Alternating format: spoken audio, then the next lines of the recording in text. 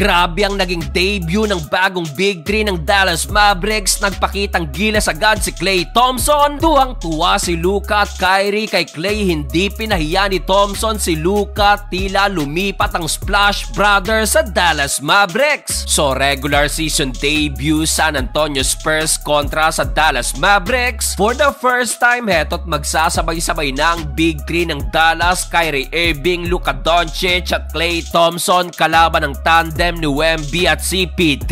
Well, opening quarter, di tulad ng preseason game, heto't pasok agad ang unang pukol ni Klay Thompson from mid-range jumper. Nasundan pa yan ng corner 3-point shot. Luka to Thompson connection. Napaka-efficient ng simula ni Klay with 5 points, 3 rebounds at 2 steals. Unang basket naman ni Kyrie Irving mula din sa 3 at layup naman kay Luka Doncic. Yun nga lang at napakainit din ang simula ng newly acquired veteran ng San Antonio na si Harrison Barnes na agad kumana ng 12 straight points, perfect 5 of 5 sa field. Nagkasukatan din agad ang dalawang sophomore center. Pinoster ni Lively si Wemby pero bumawi din naman agad ang alien sa kanyang low post move. Natapos ang unang quarter, abante lang ng dalawang visiting team 20-22. Second quarter, Daniel Gafford monster putback slam kontra sa depensa ng San Antonio Spurs. Nasundan pa yan ng another 3-point shot ni Klay Thompson. Pakitang gilas, napakasipag both ends of the floor. Luka Doncic nakakonekta na rin beyond the arc kaso nanatiling in control ang visiting team dahil kay Julian Champagnie na so far meron na ring double digit. Luka again, another layup. Nadali nga lang ang ibang bola niya dyan sa manang tingin ni ate sa hawak-hawak ni Papa Luka. Jaden Hardy mainit na kumana ng 3 straight 3-pointer off the bench. Dito nagkapalitan na naman ng dunk si Lively at Wemby. Unang official alley-oop to ng tandem ni Wemby at CP3. Butatapang inabot dyan ni Derek Lively kay Victor Wembanyama. Luka at Wemby nagkatapat din, sayang nga lang at mintes itong 3-point attempt. 49-47, still San Antonio up by 2. Start of the third quarter, Klay Thompson again pasok ang another 3-point shot at dahil sa step back 3-pointer na to ni Uncle Drew, finally nakalamang ng Dallas Mavericks na nasundan pa ng ika-4 na 3-point shot na naman ni Klay Thompson. Matapos yan, si Luka Doncic naman ang kumana ng another 3-point shot. On fire ang bagong Big 3 ng Dallas Mavericks. Umuulan ng 3 at dito natambakan ng San Antonio ng double digit. Kyrie again, nakisali na rin si PJ Washington, corner 3-pointer. Well, mabilis na pumalo sa 17 points ang lamang ng Dallas kaso tinding bawi ng visiting team, massive 15-3 run. Under 3-minute mark, mabilis din na natunaw ang lamang na yan sa dalawa, 70-72. Pero down the stretch, nakabawi din ng run ng home team dahilan upang muling maiangat yan sa 7,